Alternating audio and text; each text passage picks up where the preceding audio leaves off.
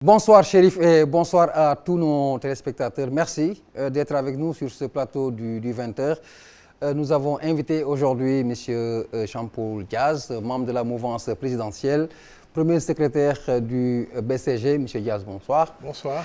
Alors nous allons essayer de faire très rapidement le tour de la question ou des questions d'actualité. Alors nous allons commencer par la révision du code électoral, donc autour de laquelle il y a les acteurs qui aujourd'hui vont d'ailleurs terminer sur les échanges. Il y a quelques points de discordance, notamment la neutralité des médias ou aussi la question de l'identité. Quel est votre avis sur cette divergence déjà et quelle approche en avez-vous aujourd'hui? Nous, si vous voulez, je ne sais pas si les gens terminent ou pas, mais nous, BCG, nous avions fait une note adressée au ministre de l'Intérieur à l'époque. Nous ne sommes pas présents puisque lorsqu'il s'est agi de choisir les délégués, nous n'avons pas été choisis. Bon, nous en prenons acte parce qu'il y a eu des moments où nous avions été choisis. Nous voulons être fair-play aussi. Je voudrais simplement dire aux uns et aux autres que le BCG, par exemple, n'a mandaté personne pour parler de nationalité là-bas. Ce n'était pas dans les modifications, dans les projets. Ce n'était pas là. Donc, je crois que c'est quelque chose qui est hors sujet. Nous n'avons mandaté personne et nous n'approuvons pas ça. Deuxièmement, il y a des éléments qui nous ont gênés, que nous avons indiqués dans la note au ministre de l'Intérieur. Lesquels? Quels éléments, par exemple, il est prévu que pour toutes les élections locales, n'est-ce pas, il y aura une caution. Mais ça, c'est scandaleux. Alors, on va vous dire, ouais, mais c'est rien, c'est peut-être une caution symbolique, 100 000 francs, etc. Mais un jour, ça va être 10 millions. C'est comme ça qu'on avait commencé avec les législatives. C'était 2 millions. On est arrivé maintenant à 20 millions. Nous, sur le principe, nous ne sommes pas d'accord. Parce que ça signifie que ce sont ceux qui ont de l'argent qui peuvent se présenter. Je pense qu'il faut faire très attention. Nous ne sommes pas d'accord et nous appelons les uns et les autres à refuser ce cautionnement. Une astuce pour décourager certains qui peut-être seraient considérés comme des brebis galeuses simplement? Pour quelles brebis galeuses? Mais non, vous êtes permis d'ouvrir les candidatures, même aux prétendus candidats indépendants, et maintenant vous mettez l'argent comme point censitaire. C'est pas sérieux. Et si l'argent est juste, la somme est symbolique par exemple, ça pourrait... C'est justement le piège. La somme sera symbolique cette fois-ci, mais dans 10 ans, dans 5 ans, ça ne sera plus la même chose. Donc nous ne sommes pas d'accord. Il y a un autre élément sur lequel nous ne sommes pas d'accord, nous avons attiré l'attention du ministre là-dessus, c'est le problème du vote des militaires qu'on veut faire voter le même jour que tout le monde. Je dois d'abord signaler que cette affaire du vote des militaires, paramilitaires, c'était une décision démagogique d'Ablaye Wade, c'est tout. Qui ne lui a servi à rien du tout. Or, ce sont ces gens-là, surtout les militaires, qui assurent la sécurité le jour du vote. Alors, comment ils vont voter le jour avec tout le monde et assurer la sécurité en même temps? Mais on leur a trouvé un créneau par lequel ils peuvent voter sans gêner leur mission, leur travail. J'en sais rien, ça ne va pas marcher, il faut arrêter, ça ne va pas marcher. Mais est-ce que le militaire également n'a pas envie de Les militaires n'ont jamais rien demandé. Ils ne sont pas demandeurs du vote. D'ailleurs, vous voyez qu'à chaque scrutin, ils ne votent pas en masse. Donc, ils ne sont pas demandeurs. Les militaires, surtout les jeunes, sont demandeurs de meilleures conditions, de meilleurs salaires, de meilleurs traitements. Ils sont demandeurs de moyens d'intervention, d'armes, etc. Donc, vous proposez qu'on revienne un peu sur... Non, il y a deux choses. Ou bien on maintient le statu quo. On les fait voter une semaine à l'avance. N'est-ce pas? Ils votent une semaine à l'avance parce que si vous les faites voter la veille, vous n'avez pas le temps de les déployer non plus pour le lendemain. Vous les faites voter une semaine à l'avance, n'est-ce pas? Évidemment, cela suppose que les urnes soient bien protégées dans des endroits sûrs. Et ensuite, le jour du vote, les autres votent. Ou alors, on revient en arrière, on annule le vote des militaires. Le Sénégal, pendant des années et des années, a voté sans le vote des militaires. Et personne ne pouvait dire que le Sénégal n'était pas un pays démocratique. Vous comprenez? Ça, ce sont des choses que nous déplorons, n'est-ce pas? Il y en a d'autres que je n'ai pas en mémoire, que nous avions indiqué dans la note au ministre de l'Intérieur et que nous lui avons envoyé. Je pense qu'il faut faire attention dans ce genre de réforme-là. Alors, l'autre élément aussi, c'est cette affaire de carte d'identité qui devient carte d'électeur en même temps. Mais ça, c'est gonflé le fichier électoral, puisque les gens ne voteront pas nécessairement. Les gens ne voteront pas nécessairement. La carte d'identité devrait être distincte de la carte d'électeur. Les gens qui veulent voter votent, ceux qui ne veulent pas voter ne votent pas. N'est-ce pas? Moi, je pense que c'est ce qu'il faut faire. Et alors, en dernier lieu, le ministère dit qu'il procède à un réaménagement provisoire, en tout cas en partie, j'ai oublié l'expression exacte, mais c'est un réaménagement en partie du fichier électoral. C'est pas vrai. C'est tout le fichier électoral qui est repris. Il faut avoir le courage de dire que c'est tout le fichier qui est repris. Puisque si moi et vous, nous n'allons pas nous réinscrire, nous n'aurons pas de carte d'électeur, nous n'aurons pas de carte d'identité. Donc c'est tout, on recommence tout. C'est comme si c'était un pays qui venait d'accéder à l'indépendance. À l'indépendance. Voilà, nous allons passer à une autre question, celle de l'actualité également, Nafi Ngom Keïta de l'OFNAC. Alors, la dame, Madame Nafi Ngom Keïta, donc, va saisir la Cour suprême, d'après nos dernières informations, pour être rétablie dans ses droits. Qu'est-ce que vous en pensez? Bon, moi, je trouve que cette question mérite à elle seule une émission. Mais si j'étais son ami, enfin, je la connais comme ça, comme tout le monde la connaît, je n'ai jamais discuté avec elle, je ne la fréquente pas. Si c'était mon ami ou une parente à moi, je lui aurais dit de ne pas le faire. D'abord, elle ne peut pas dire dans une lettre qu'elle n'a pas confiance en la Cour suprême, notamment en son président, là, nous reviendrons tout à l'heure. Et qu'en même temps, elle veuille maintenant par derrière intenter une action.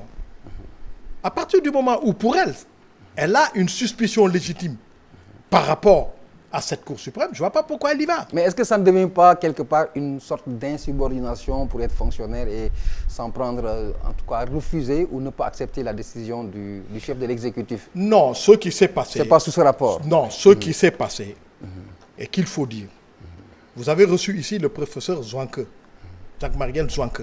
Ce qu'il vous a dit ici, c'est ça le droit. Il a raison. On ne peut pas la nommer pour 3 ans et mettre fin à ses fonctions avant 3 ans. Du point de vue strictement théorique, juridique, c'est Zouanke qui a raison. Tous les autres qui sont là dans le pays, qui disent ceci, cela, racontent des salades. On a entendu, oui, le mandat court à partir du moment où, le 27 juillet, là, bon, à partir du moment où on l'a nommé. Mais le 28 juillet et le 29 juillet, elle était où? Elle n'était pas en fonction. Elle était chez elle, dans son bureau, elle n'était pas en fonction. Celle qui vient d'être nommée a été nommée il y a quelques jours. Au moment où nous parlons, nous sommes au mois d'août, elle n'est pas en fonction. Alors vous allez faire courir son mandat à partir du mois de juillet. Comprenez? Il y en a qui vous sortent, oui, elle a perçu des salaires, donc ces salaires-là, elle a perçu 36 salaires, ces salaires-là prouvent bien qu'elle était en fonction. Eh bien c'est faux, ce n'est pas un argument juridique. C'est un dysfonctionnement. Alors maintenant, par rapport à... Ça c'est pas un argument juridique.